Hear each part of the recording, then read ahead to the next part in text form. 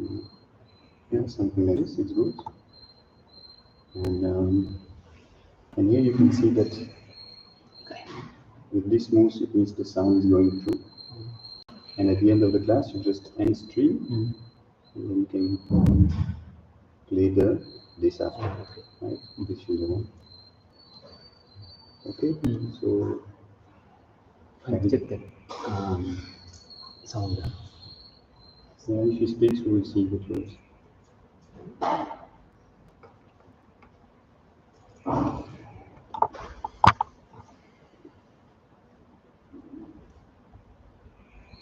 Welcome, everyone. We have a small group today.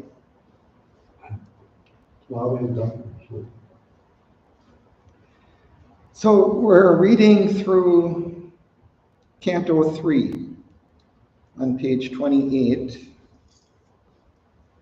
I think that we came to about line 230, although I didn't mark it last time, if anybody, that's right. And, but I thought maybe just, although everyone here probably already understands, that I didn't introduce this canto at all when we started. So, you know, this canto brings kind of a shift in the narrative. The first couple of cantos that we read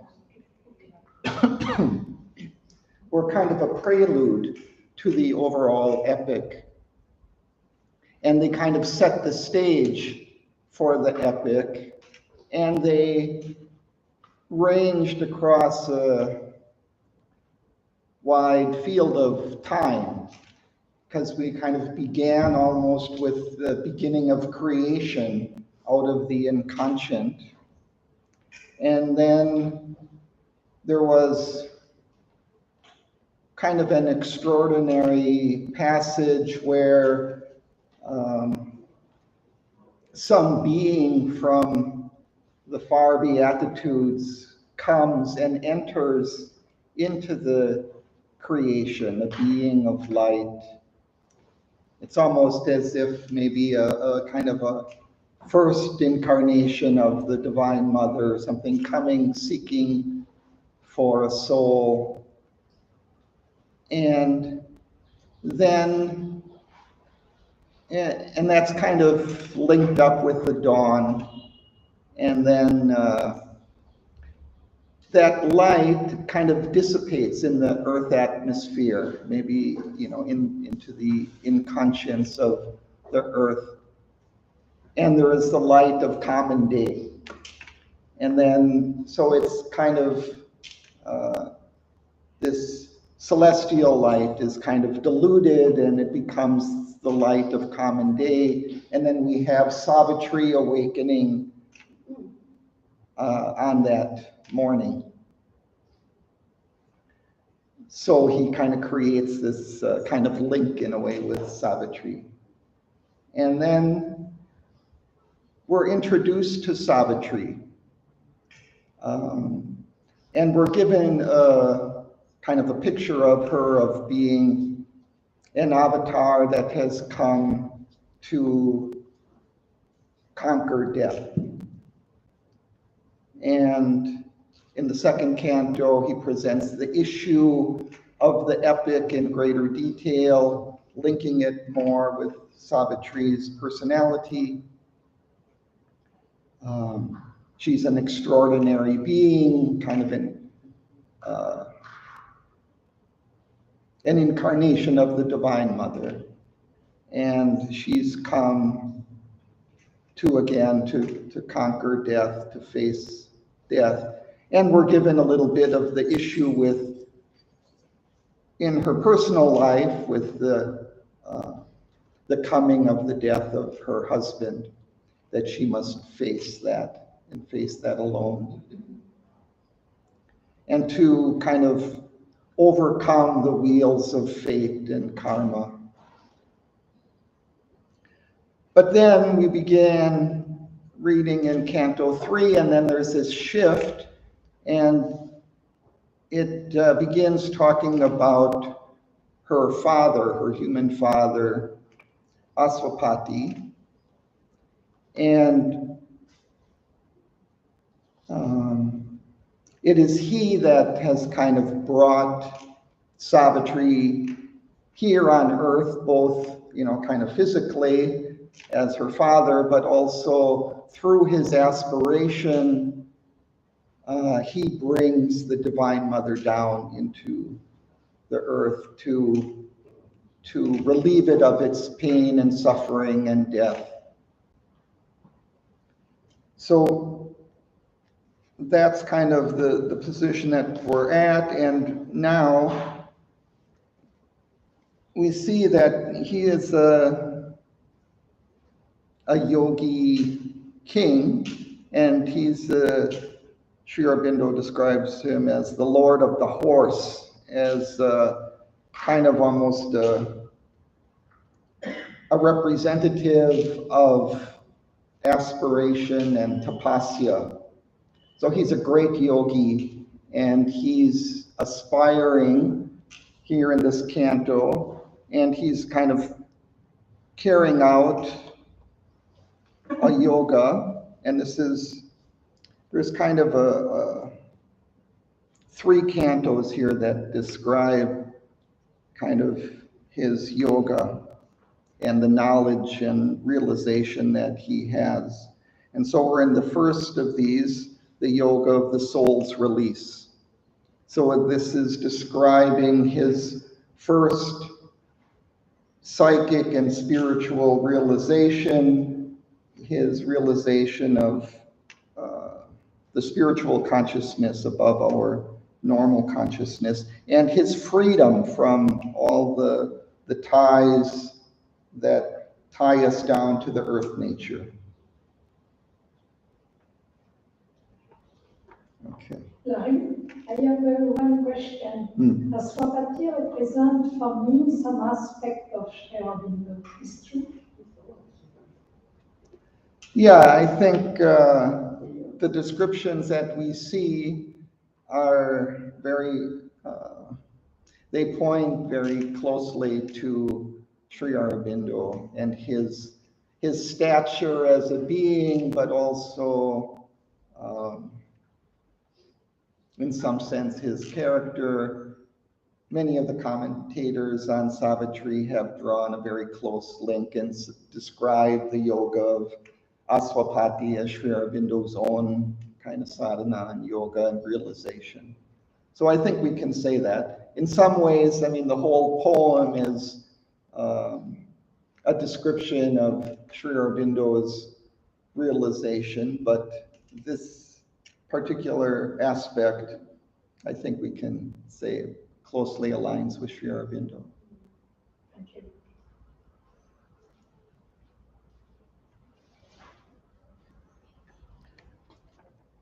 We have, I mean, just in the first lines of the canto, a world's desire compelled her mortal birth.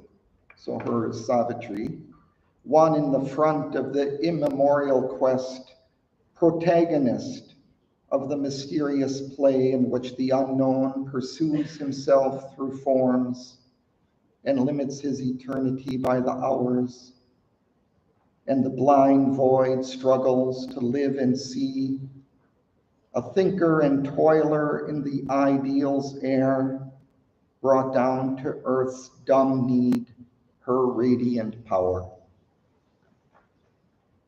His was a spirit that stooped from larger spheres into our province of ephemeral sight, a colonist from immortality. So we see that he's not an ordinary human being, that he has descended from the higher spheres into our earth nature.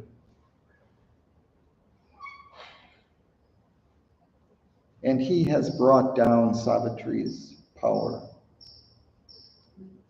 But also he's a representative of this world's desire. A world's desire compelled her mortal birth.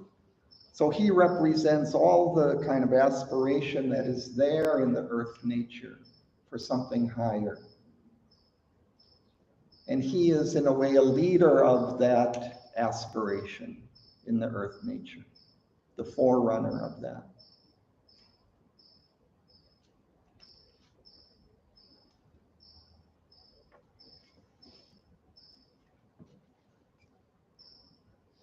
So I think we can continue now on page 28, line 230. 230, line 230, page 28. Okay.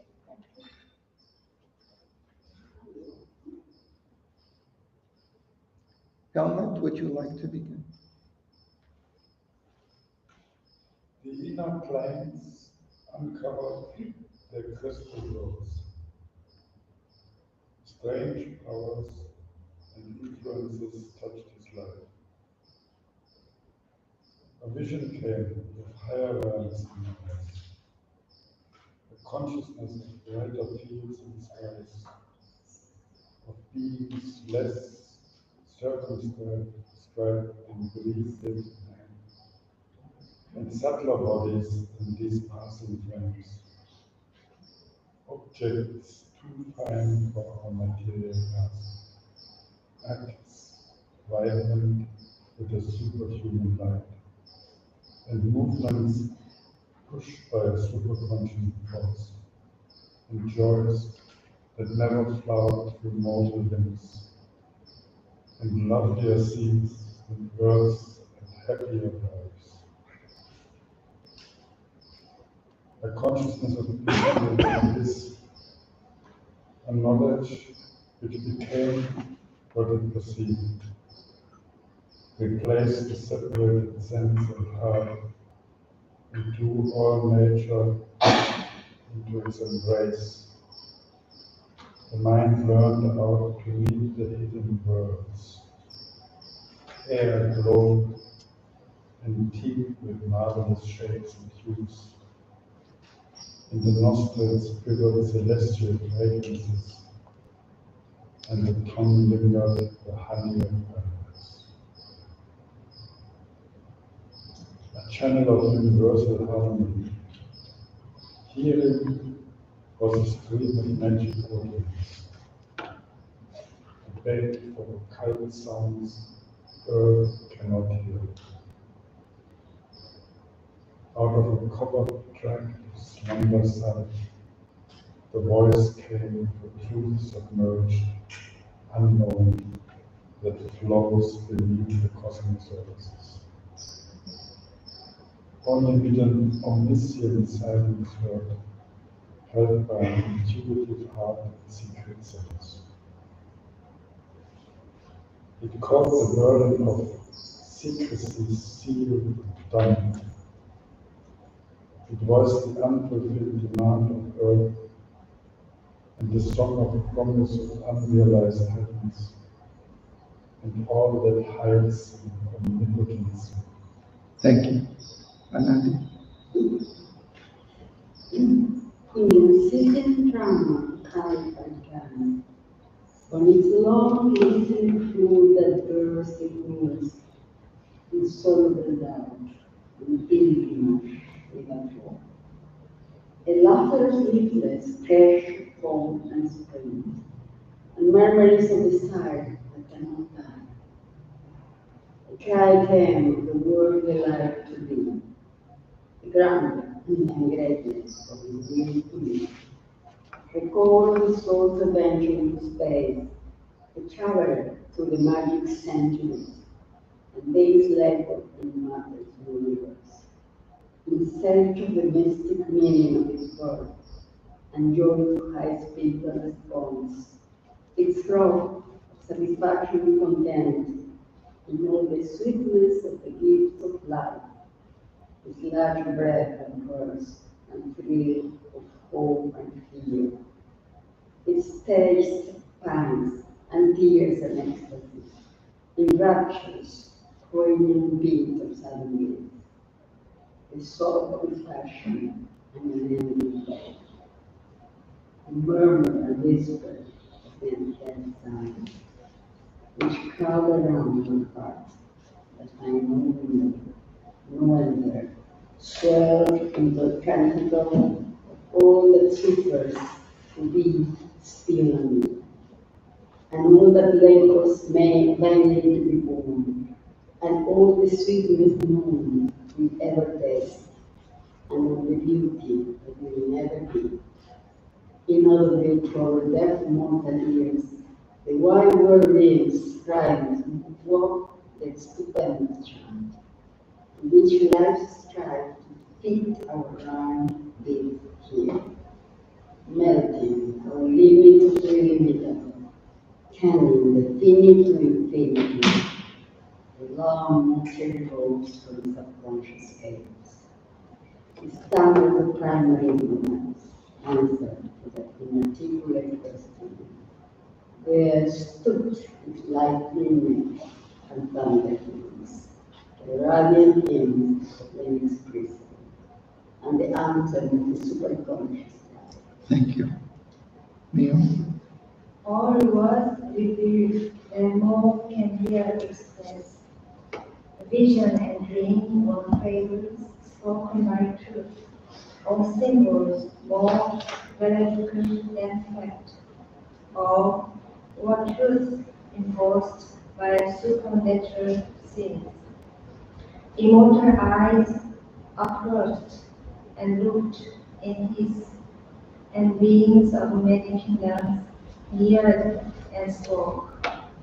The ever-living, whom we name as dead, could live their glory beyond death and birth, to utter the wisdom which exceeds all praise, the King of evil and the kings of good, excellent as the region's judgment seat, proclaimed the gospel of their opposites, and all believed themselves spokesmen of God, the gods of light and titans of the dark, waited for his soul as for a costly prize. In every hour loosed from the quiver of time, there rose a song of a new discovery, about twins, calm of a young experiment. Each day was a sweeter romance, as if he was born into a bright new world. Adventure linked an unexpected friend, and danger brought a keen, sweet pang of joy. Each happening was a deep experience. There were high encounters, epic colloquies, and councils came couched in celestial speech, and honey pleading on occult lips to help the heart to yield to rapture's call, and sweet temptations stole from beauty's realms, and sudden ecstasies from a world of bliss. It was a region of wonder and delight. All now his bright clairaudience could receive, a contact filled of mighty unknown things, awakened to new unearthly closeness that touch, replied to certain infinities, and with the silver cry of the opening gates, sights lightning leaped into the invisible. Thank you. Ed? Ever his consciousness and vision grew, take root and acoustic and software. He passed the border mark for matter rule, and passed the zone where thought replaced his life. how this world of science suddenly became into a silent self where word was not, and looked beyond into a nameless past. These single figures lost their right to live. All token dropped our sense can recognize. There the heart is no more at body's touch. There the eyes gaze no more on beauty's cheek. In rare and lessened intervals of us, into a silence region it would fall, back with the deep content of formlessness, where the world was into a single being wrapped, and all was known by the light of identity, and spirit was its own self. The supreme gaze looked out through human eyes, and saw all things and creatures as itself, and knew all thought and word as its own one. Their unity is too close for church and class, and love is a yearning of the one for the one, and beauty is a sweet difference of the same, and oneness is the soul of knowing. There all the truths unite in a single truth, and all ideas rejoin together. There knowing herself by her own eternal self, wisdom supernal, wordless, absolute, set uncompanied in eternal calm, all seeing, motionless, sovereign and alone.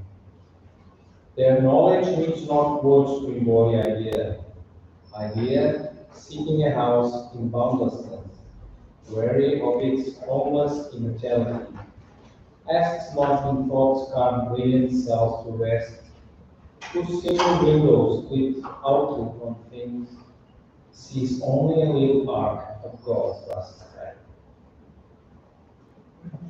The boundless with the boundless, their consorts, while there one keeping wider than the world, while there one is one's own infinity. Thank you. Margaret? This center was no more in earth's mind. The power of seeing silence filled distance, called by a voice that strive everything into a vision that surpasses forms, into a living that surpasses life. He near the still consciousness sustained all. The voice that only by speech can move the mind became a silent knowledge in the soul. The strength that only action fears its truth was lodged now in a new omnipotent peace. A leisure in the labor of the worlds, a pause in the joy and anguish of the search, restores the stress of nature to God's calm. A vast unenvy ended life's debate. The war of thoughts that fathers the universe, the clash of forces struggling to prevail, in the tremendous shock that lights the star, as in the building of clay of dust, the grooves that turn their numb ellipse in space, clutched by the seeking of the bird's desire, the long regurgitations of time's flux, the torment edging the dire force of dust that wakes kinetic in earth's dullard slime, and carves the personality out of mud, the sorrow by which nature's fire is fed, the estrus which creates this fire of pain, the fate that punishes virtue's defeat, the tragedy that destroys long happiness, the weaving of love, the quarrel of the gods, seized in a truth that lives in its own light. His soul stood free, a witness and a king, absorbed no more in the moment-driven flux, where mind incessantly drifts as on a raft, added from phenomenon to phenomenon, the abode at rest in indivisible time. Thank you. Sit down. As if a story long written but acted now. In his present, he held his future and his past, felt in the seconds the uncounted years, and saw the hours like dots of the face, an aspect of the unknown reality, altered the meaning of the cosmic scene. These hues material universe became a small result of a stupendous force, overtaking the moment, the eternal way, through mind that was never yet was laid, not laid out in a mighty consciousness. The falling thinker widened and used to wisdom, transcendent darkness, cruising on. His soul to sail beyond thoughts luminous mind. While scream low, the soulless infinite, across a wide, penetrating sky begins, through a last glimmer and drift of vanishing star. The superconscious realm of motionless space, of judgment ceases, and the world is new. And the unconceived lies, darkness, and heaven, there came not fall or any mountain wall. There only the silence and absolute. Out of that stillness, mind immortal, and hope to do once inexpressible, and forms appear, dumb insignificant, a same thought, a self-revealing voice. To name the source from which this spirit came, movement was light to the immobile past. It plunged its roots into anything, to test his life upon eternity. Thank you. Now, this is a pretty long canto, and we're kind of about the halfway point. I was thinking perhaps we could go to the beginning now and go passage by passage, and then after finishing to this point, continue reading. So we'll go back to the beginning of the canto and go through passage by passage. Which page? So we go back to page 22. 22. 22, Okay. the beginning of the canto. Yes. So would you like to read the first passage? I read? Yes. Okay. Canto 3, the yoga of the king, the yoga of the soul's release. The world's desire compels her mortal birth. One in the front of the immemorial quest.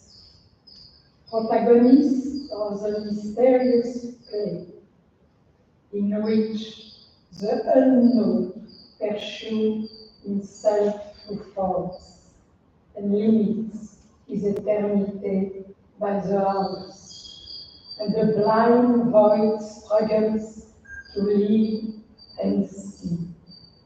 A thinker and toiler in the ideal's air, brought down the earth's dumb need a radiant power. His was the spirit that stood from larger spheres into our province of ephemeral sight, a colonist from immortality, a pointing beam of Earth's uncertain road. His birth held up a symbol and a sign. his human self, like a translucent cloak, covered all wise, who leads the unseen world. Thank you. Let's pause.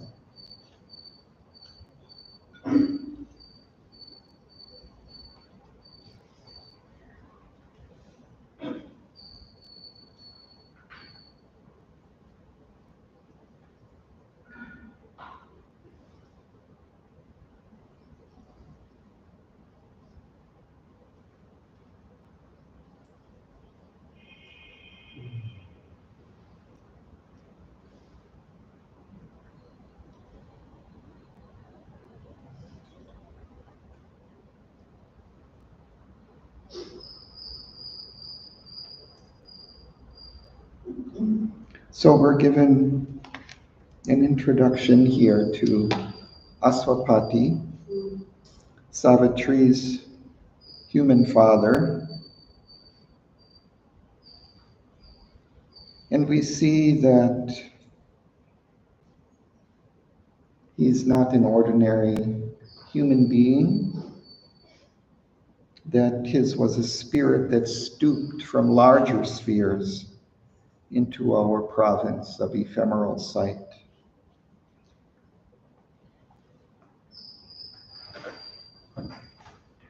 In the first line, Yeah, I haven't. more detail complete on what and what. This harmonies Savitri. Savitri. Yes. Yeah. So he's tying this back now in that first line to Savitri. But he's also tying Aswapati to the world's desire. So he's saying the world's desire compelled her mortal birth. So that is also what brought Savitri down. And he represents that. He was in the front of the immemorial quest. Who is the one? That is Aswapati. One is Aswapati.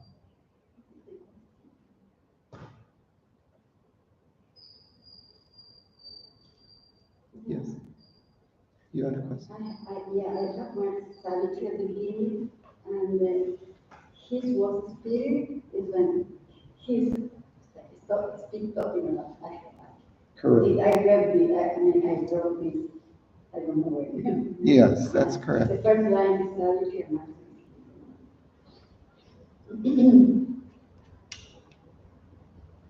And in the next lines, Sri Aurobindo gives us a little sense of what this whole earth nature represents. He describes it as a mysterious play in which the unknown pursues himself through forms and limits his eternity by the hours. And the blind void struggles to live and see. So we see that it is that all of this here is kind of a play of the unknown, of the divine, in which he hides himself in forms and then tries to find himself. Kind of a game of hide and seek. Can you speak a little bit more in which the unknown pursues himself? What is then the unknown? Is this the process to go forward in the evolution or what is it? The unknown is the supreme divine.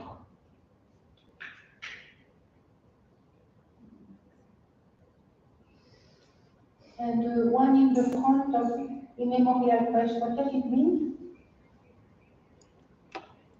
So there is a kind of a timeless quest, a seeking that has been going on in Earth.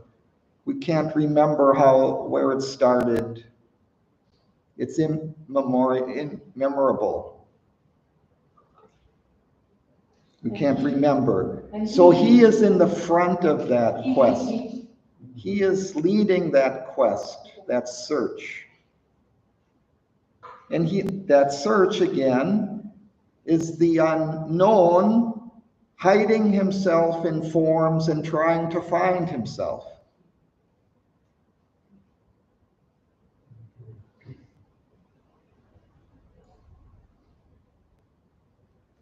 So he's hiding himself in the blind void.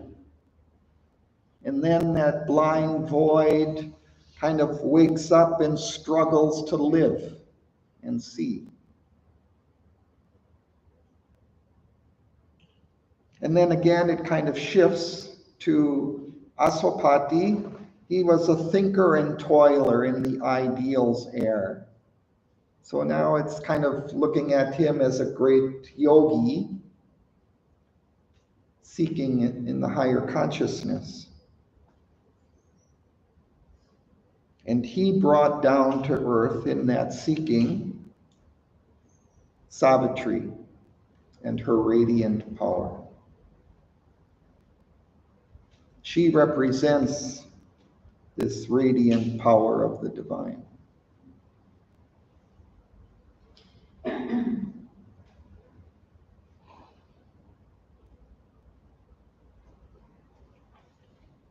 And again, he was a spirit from these larger spheres above earth, a colonist from immortality.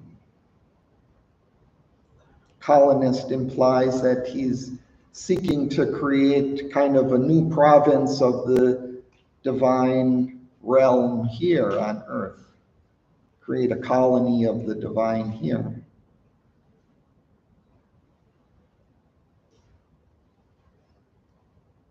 This passage of the qualities of immortality, this describes the process on earth very precisely, what is happening and how it's working. That from the supreme something comes down, and a call is from above, and something comes down. In fact, also share with the symbol, and then this is a process.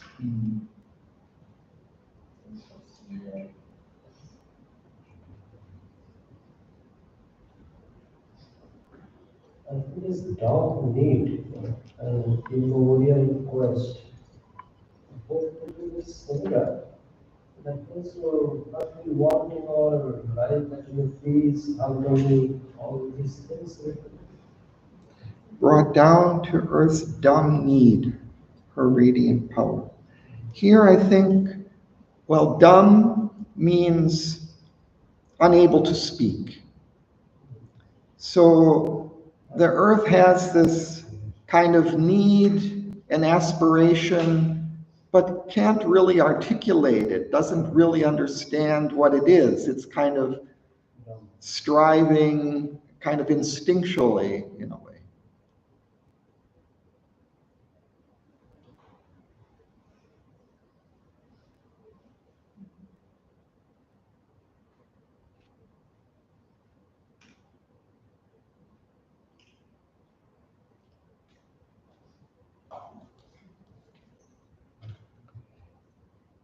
I find the choice of the word colonist a bit strange.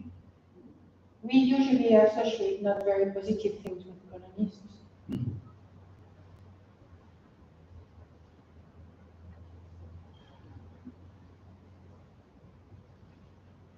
Why do you find that strange?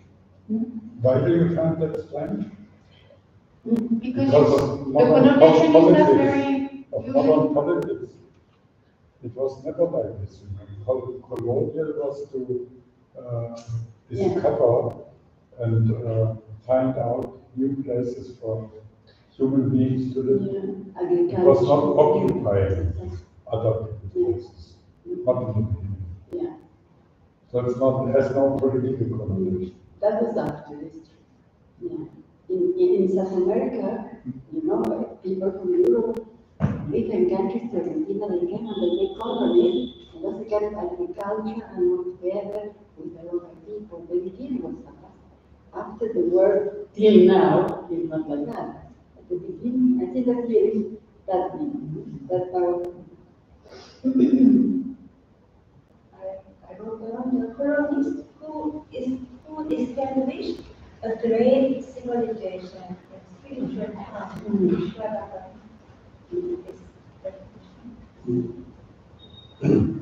I know this book, and one sentence, colonist, a person who settles in a new colony or moves into and has found a colony or new country.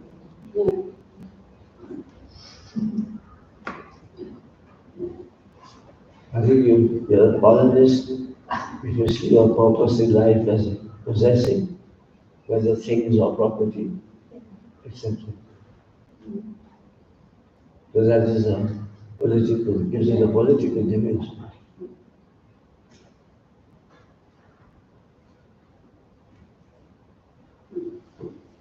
If you are here to depossess, then you are not a colonist in the true sense of it. I feel like it emphasizes that he's someone who's coming from outside here and, yeah, establishing something new, a new life. And make them livable for them and bring culture and civilization and whatever. Like the Athenians, it starts with them. You know, they grew big and they're looking for such kind of places. And Greek colonization. And maybe a utopia, human unity.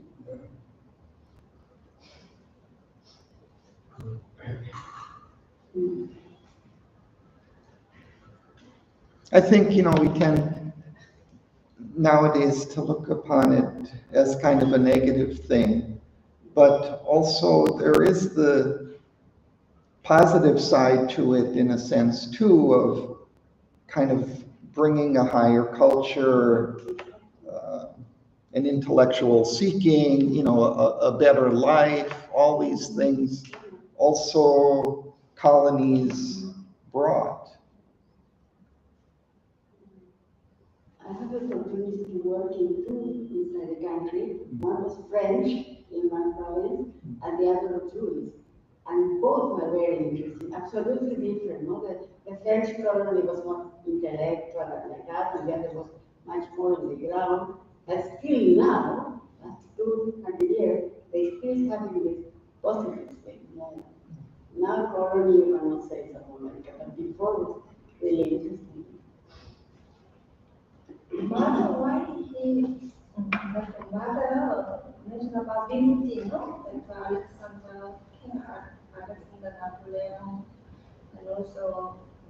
No, That's not meant here. No, not at all. Why is they are colonies too? Because in Napoleon they are very welcome in German.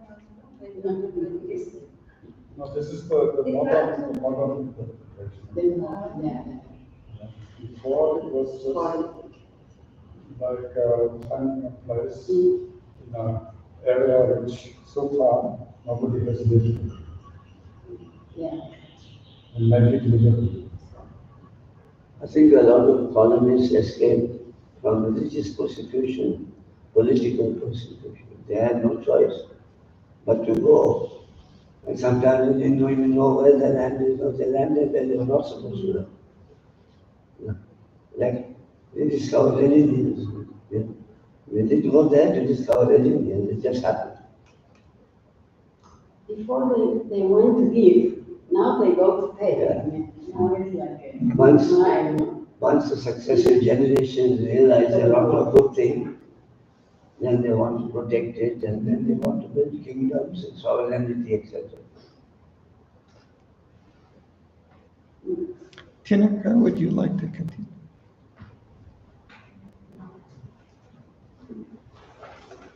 We start with Affiliated.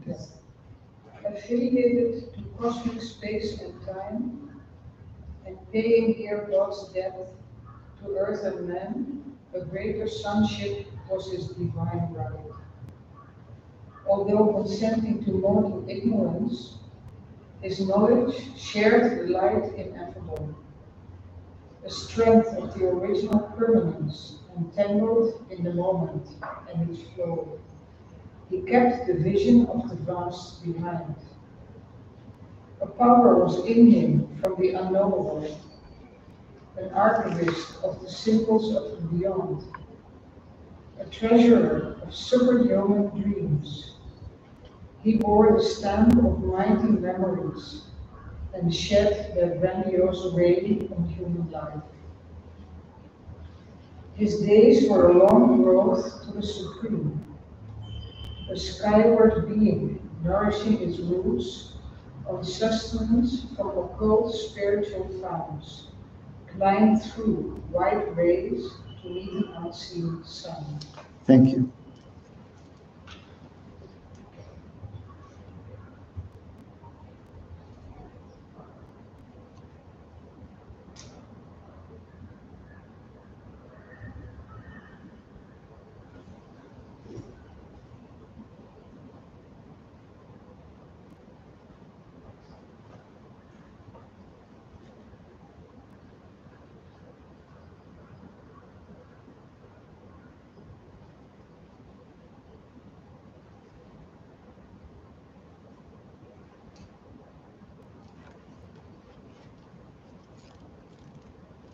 I think in some of these lines we're reminded of Sri Aurobindo.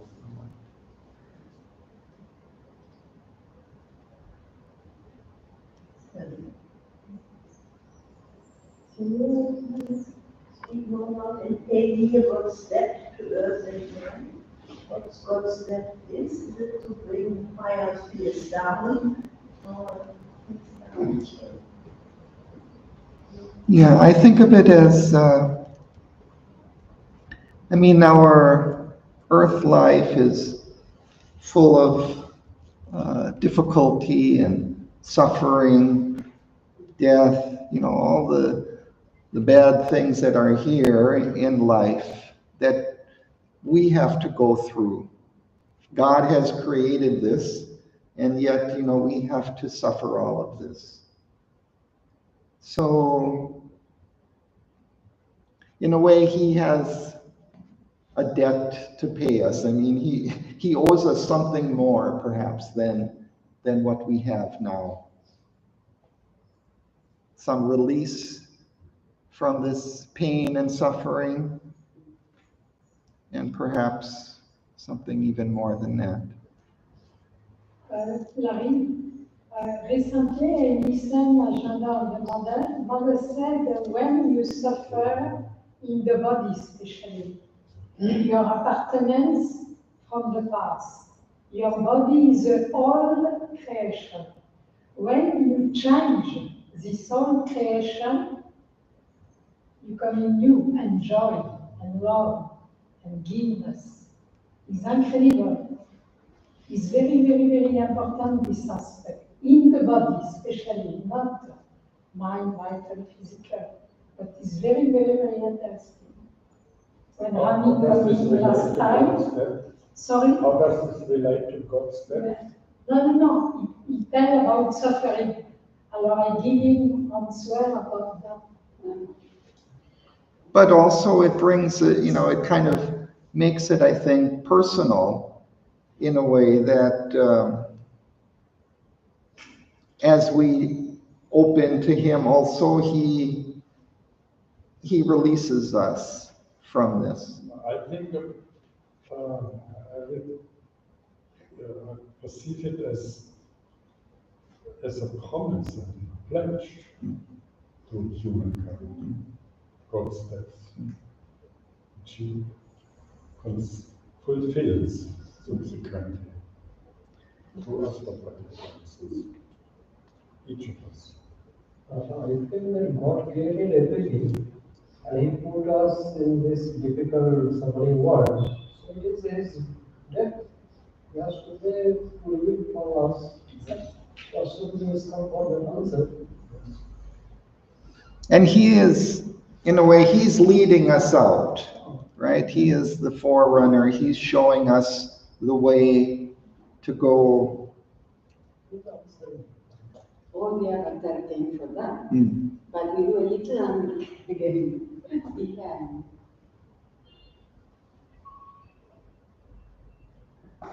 He is also affiliated to cosmic space and time, and to the higher impetus which comes down.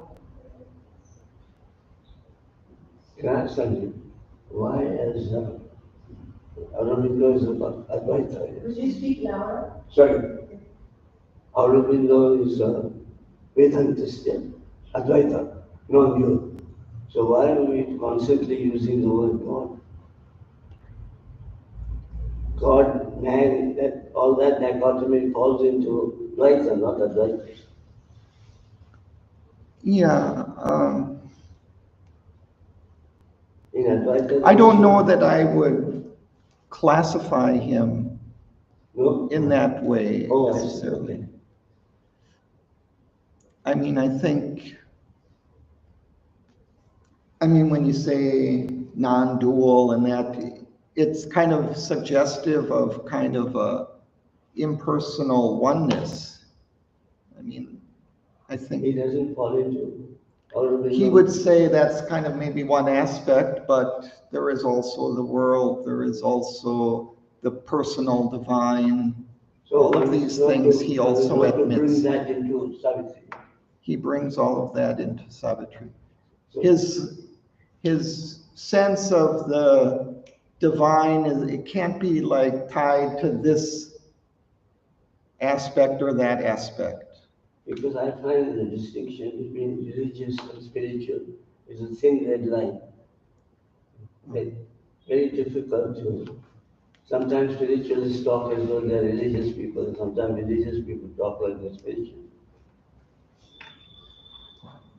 I mean, when we talk about even Sri Aurobindo as being an avatar, I mean, that would not align very well with this Advaita Vedanta, would it?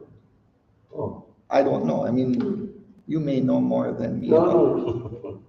I'm here to learn. I'm listening. Right. Can you explain this line? The sky what being nourishing its roots on substance from upper spiritual home. What are the substance? Sustenance. Sustenance. Sustenance is, yeah, like nourishment, food. So he's kind of drawing spiritual energy from occult sources. I think that's what it's kind of saying. From spiritual occult sources, founts, this energy is coming, and it's kind of, he's aspiring, and yet he's drawing this energy, and it strengthens his aspiration.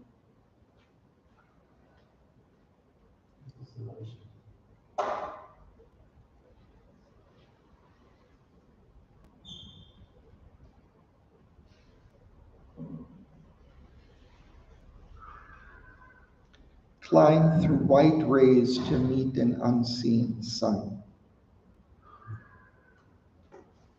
Suggests kind of going through rays of intuition, of kind of rays of light, of knowledge, towards that sun from which all those rays originate.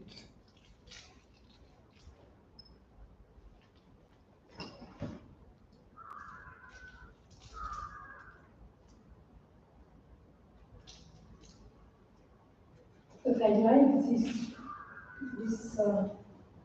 25, the power of Azinim from the Auroville. Israeli Auroville.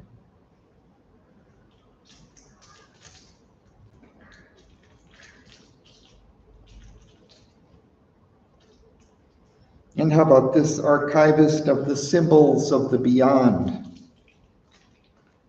Sri Aurobindo also kind of represented that, these symbols, especially like from the Vedas, and even some of these symbols he's outlining in this very passage that come from the Vedas. So he's kind of gathered all these kind of symbols together and explained them to us.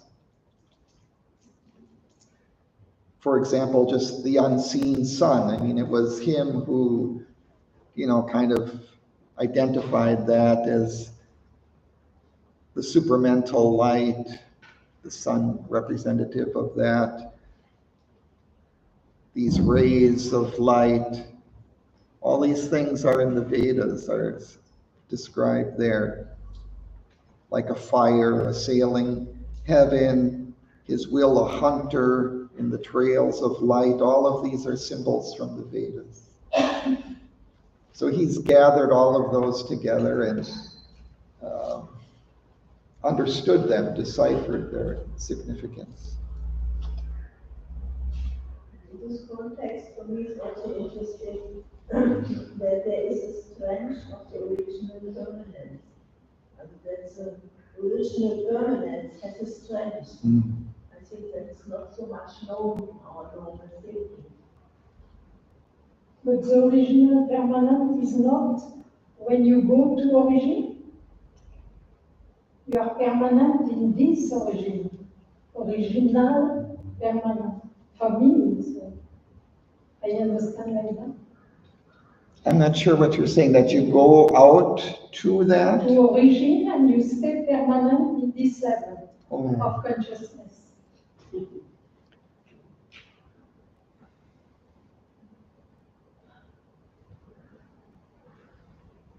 But also there is a permanence. There's something that is permanently there. Yeah.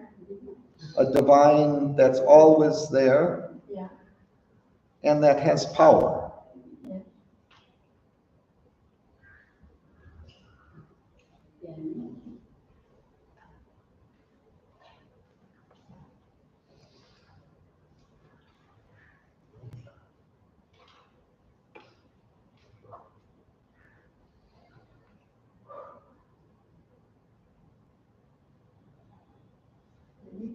To your question, that in book 2, Auroville goes to many worlds, and all the other worlds have other powers or other consciousness. So it's quite complex. Yeah. Savitri is very complex. Yeah.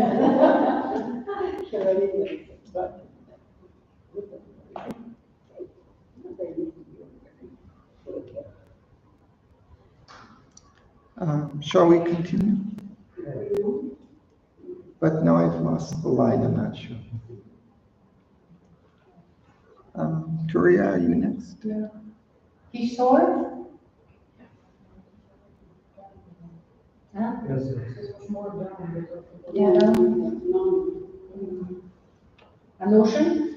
No, his soul is okay. His soul. His soul. His soul.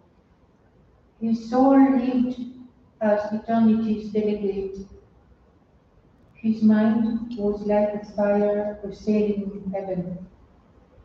His will, a hunter in the trails of life. An ocean, impulse dictated every breath. Each action left the footprints of a god.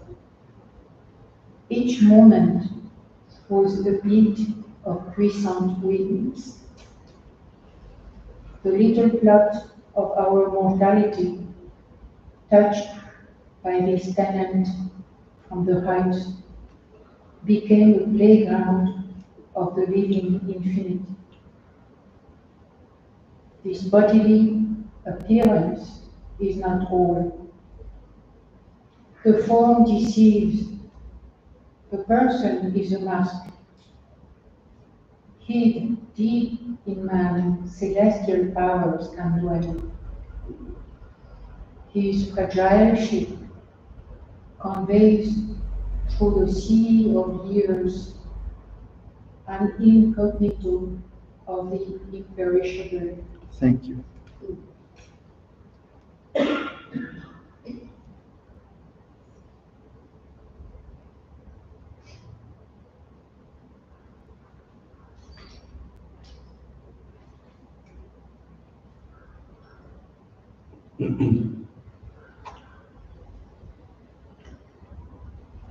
that sentence and I'm confused. Each action left the footprints of God. Aren't there ideas that gods don't leave footprints?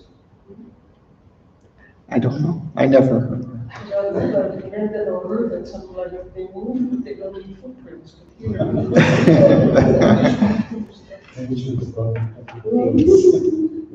It is nothing but God. It is nothing but God. Yeah. We are the medium. Yeah. We would leave the footprint. no, I thought gods don't leave footprints. No, so they don't leave it. Somewhat like a divine or God. Yeah. So whenever he captures something, God will do it. You know, God's creation which leaves the imprint. Hmm? You are the medium, the God's creation which leaves the imprint. Yeah. You know, there's that story of the child of the divine. She's looking at the footprints. There are footprints traveling on the beach, and there's two pair of footprints, and she kind of says, you know,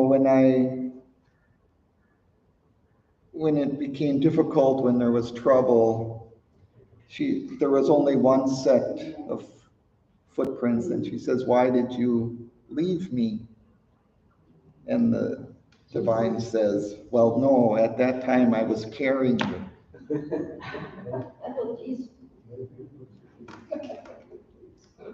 So there, she left footprints. Yes.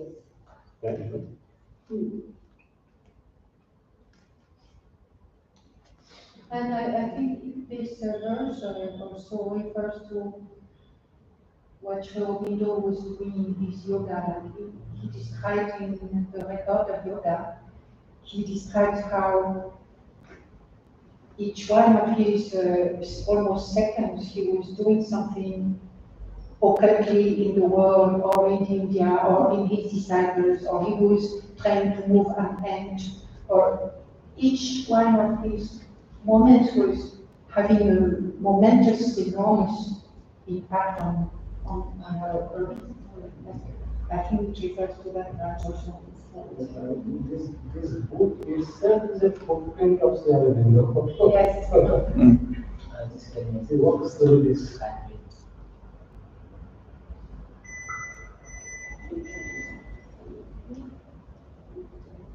The absurd nature of Indo describes the record of the yoga.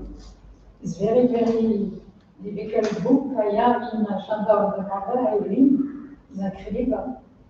But it's very, very interesting to learn some expression of Sanskrit term and many things. Fantastic. But it's not easy.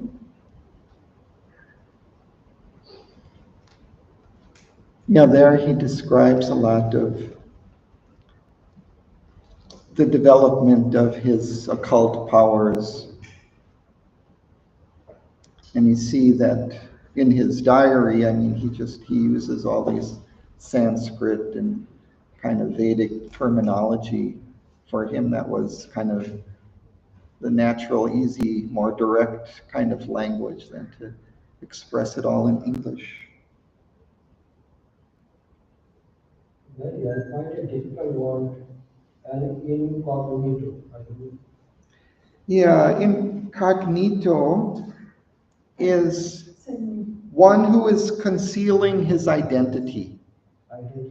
He conceals it, hides, so he kind of maybe wears a disguise.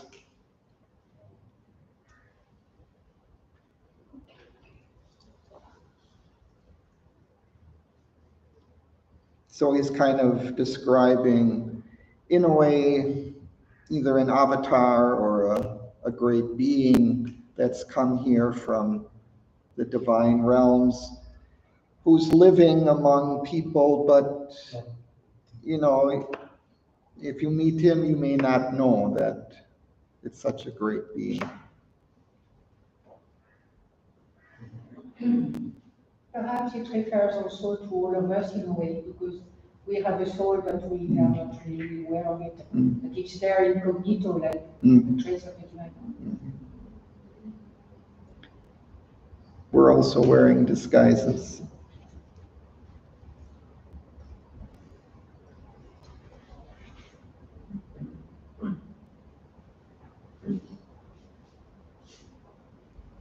But here he's still describing Aswapati, who is this.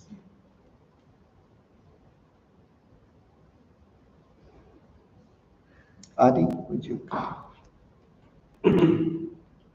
A spirit that is a flame of God abides, a fiery portion of the wonderful, artist of his own beauty and delight, immortal in our mortal poverty, the sculptor of the forms of the infinite, the screen unrecognized inhabitant, initiate of his own veiled mysteries, hides in a small town sea his cosmic thought.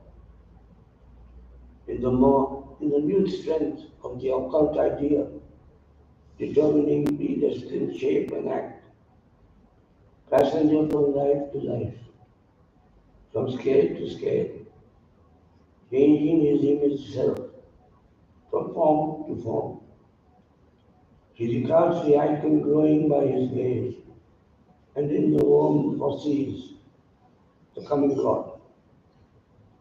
At last the traveler in the paths of time arrives at the frontiers of eternity. In the transient symbol of humanity trait, he feels the substance of undying self and loses its inclination to mortality. Thank you. Let's pause.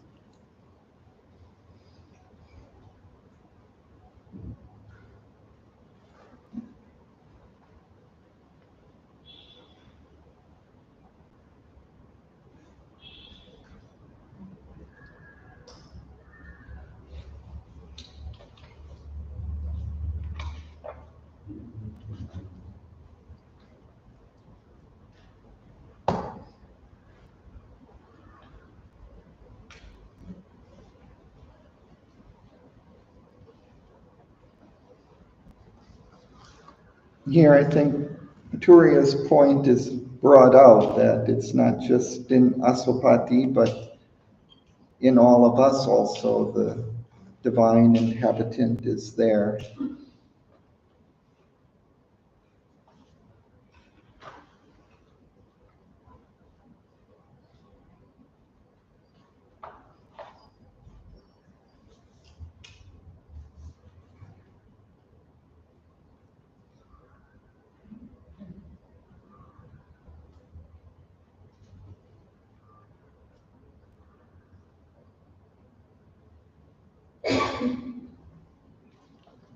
Larry, I have a question. What is the sculptor of the form of the infinite? What is the expression of this form or sculpture? The sculptor of the forms of the infinite. Yeah. Yeah, it's suggesting that the divine is creating these forms in which, the forms of earth, the forms of life, in which the divine lives as an inhabitant. So he's sculpting those, he's creating those forms. But in the matter, in the earth, in the matter. Yes. Okay. And screened, this screened unrecognized inhabitant. It's hidden behind a screen.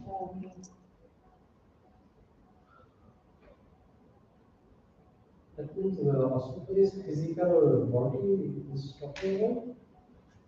His physical plane? Aswapati is the physical appearance, that is the. Yeah, although here he's even talking even more generally, I think. But Aswapati, yes, also as representative. But all of this, that the divine is behind all this, hidden behind, as if behind a screen, He's creating these different forms. Remember in those first lines of the canto, the protagonist of the mysterious play in which the unknown pursues himself through forms. So again, he's referring back to that divine is hidden behind the forms. The form itself is unaware of the divine hidden within. Hidden in a word. Only one question comes to my mind. Mysterious play. That Auroville is forget he was coming from the higher plane, and then again he discovered that things. Well, I think here he's kind of describing it more generally in earth beings or in the earth. And it's not tied so specifically to Aswapati here. Aswapati is more conscious. He's kind of more aware of who he is. Somebody forgot he is coming from divine origin, divine plane. And again he rediscovered that. Like us, so we also follow it. Yeah, but he's quite a bit further along than we are. He's, he's the forerunner, and he's already, his mind is assailing heaven. I mean, In the same process he is discovering. he may be discovering, but he's well on his way, let's say.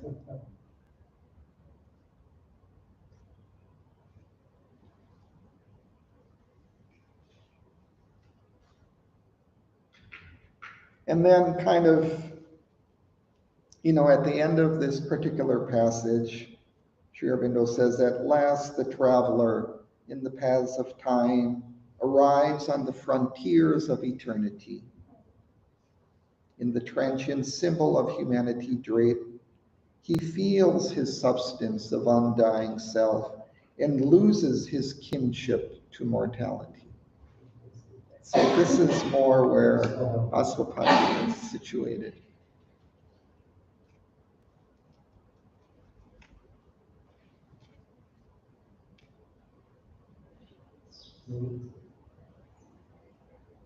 Suraj. A beam of the eternal Smriti thought. His thought stretches into infinity. All in turns to split vastness. His soul breaks how to join the world. Louder, please. A little louder. His soul breaks how to join the oversoul. His life is oceaned by that super life. He has drunk from the breast of the mothers of the world. The topless supernatural finds his friend. She adopts his spirit, everlasting ground, as the security of her changing world, and shapes the figure of her unborn might immortality. She conceives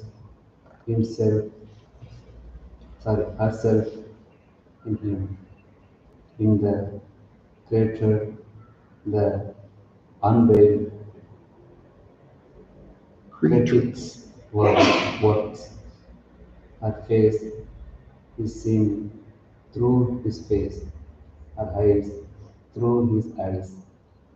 Her being is through a vast identity. Then is revealed in man the over divine. Thank you.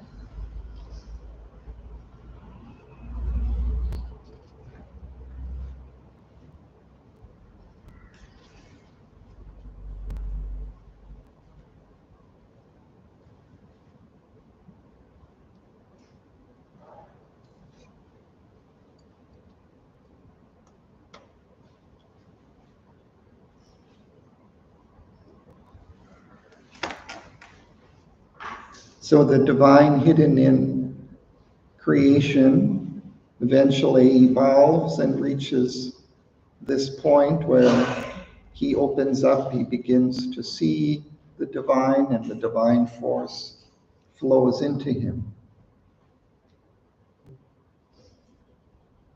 This is the soul's release.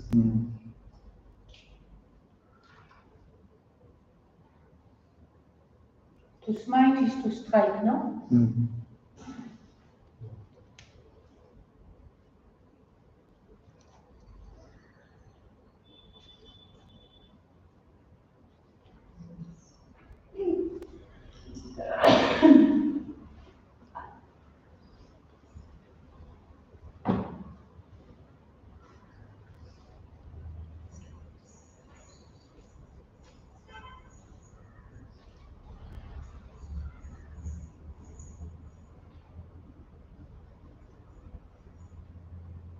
And he ties it here to the mother and opening up to the divine Shakti, to the divine force. He has drunk from the breasts of the mother of the worlds. A topless supernature fills his frame. This supernature is the higher divine nature, as distinct from our lower ignorant nature. And then he even turns to refer to the mother here. She adopts his spirit's everlasting ground. So now the divine mother comes into him, into the spirit, into this evolving spirit, as the security of her changing world, and shapes the figure of her unborn mites. So now she begins to shape the nature to embody her greater possibilities, her greater force.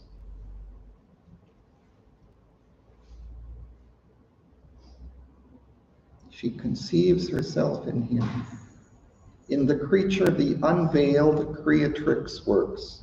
This creatrix, again, is the Divine Mother, a feminine creator. What you just explained, that there's image that King Asapati, because on earth, he has the understanding of the earth's workings. That's for me. And so how then the Divine Mother connects it or takes this on for the process of evolution? Could it be seen like this? I think they're quite special, these lines. I think they're important in the sense that it's not just a release of the soul in the sense of mukti or freedom, that he is now also opening to the divine force. And she is, in a sense, coming down into him and recreating, transforming his nature. So it's a bit more than the usual sense of the release of the soul, like out of the manifestation or out of creation into a transcendent being or a transcendent existence. There is also a coming down into the creation of a divine force, of a divine nature, and creating that divine nature here in him. Some sort of identity. The 179.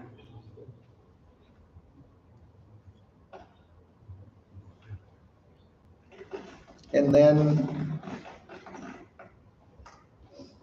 Sri Aurobindo says, then is revealed in man the overt divine. It's not just a subjective experience of the divine, but overtly, I mean, kind of outwardly, the divine is manifested in the nature.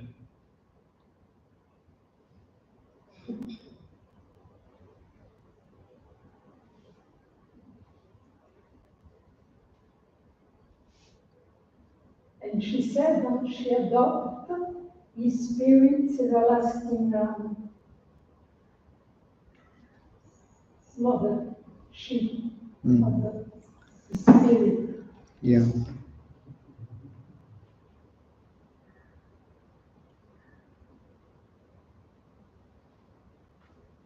We'll have, I think in the next canto, a lot of this he and she, this play between the spirit and the Divine Mother, the divine force, and their interaction.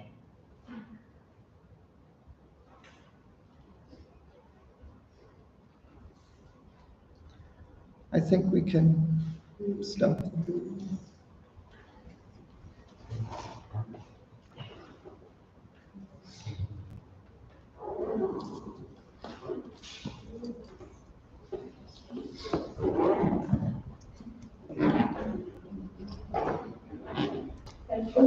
You'll play some. Yeah.